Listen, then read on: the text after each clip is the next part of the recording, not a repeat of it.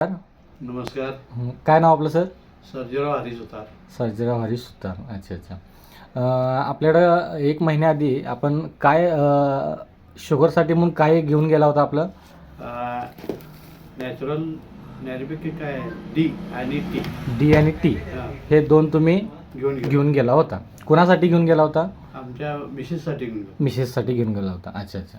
तर आता हे चालू करण्याआधी काय रिपोर्ट होता आता तुमचा? चालू करण्याआधी बरेच म्हणजे ज्या याच्यामध्ये फास्टिंगमध्ये किंवा रेग्युलरमध्ये याच्यामध्ये 300च्या पुढं, 350 350च्या पुढं शुगरची लेवल. अच्छा, म्हणजे हे चालू करण्या अगोदर तुमची 300च्या प्लस शुगर होती. त्याच्या खाली काही येत नव्हती. 400 एकदा आलेले आहे. अच्छा अच्छा अच्छा.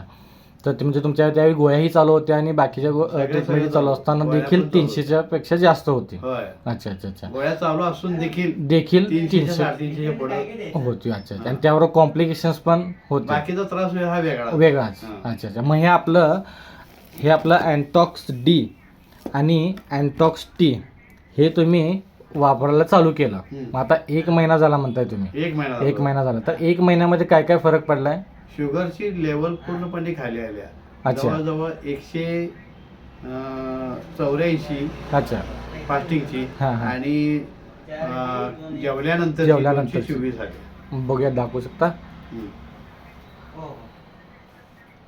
अच्छा, म्हणजे तुमची फास्टिंग जेवणा अगोदर 184 आणि जेवणानंतर 224. अच्छा, म्हणजे 300 प्लस होती ती. एकच महिन्यामध्ये तुम्हाला इतका चांगला रिझल्ट आला? एका महिन्यातच. त्याचबरोबर कॉम्प्लिकेशन्स काय काय होते? कॉम्प्लिकेशन म्हणा, चिडचिड म्हणा, लघवीचा त्रास म्हणा. अच्छा. या बाकीच्या ज्या गोष्टी आहेत. अच्छा. झोप न लागणे. अच्छा अच्छा. सगळ्या गोष्टी म्हणजे कंटाळा येणे. अच्छा. सगळ्या गोष्टी ज्या आहेत, मानसिक जे त्रास आहेत ते सगळा 12पैकी आहे. म्हणजे एकाच महिन्यामध्ये तुम्हाला हा इतका चांगला फरक पडलेला आहे.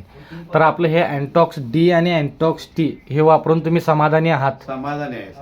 अच्छा अच्छा. दुसऱ्यांदा न्यायला आलो. अच्छा अच्छा. म्हणून तुम्ही ही दुसरी बॉटल पण आता घ्यायला म्हणजे अजून शिल्लक आहे तरी पण तुम्ही हे दुसरं घ्यायला आलेला आहे?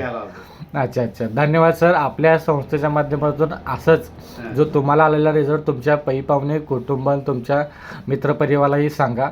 जसा रिझल्ट तुम्हाला आलाय तसेच अनेक लोक या व्याधीतून बाहेर तुमच्या माध्यमातून यावेत हेच संस्थेतर्फे सदिच्छा.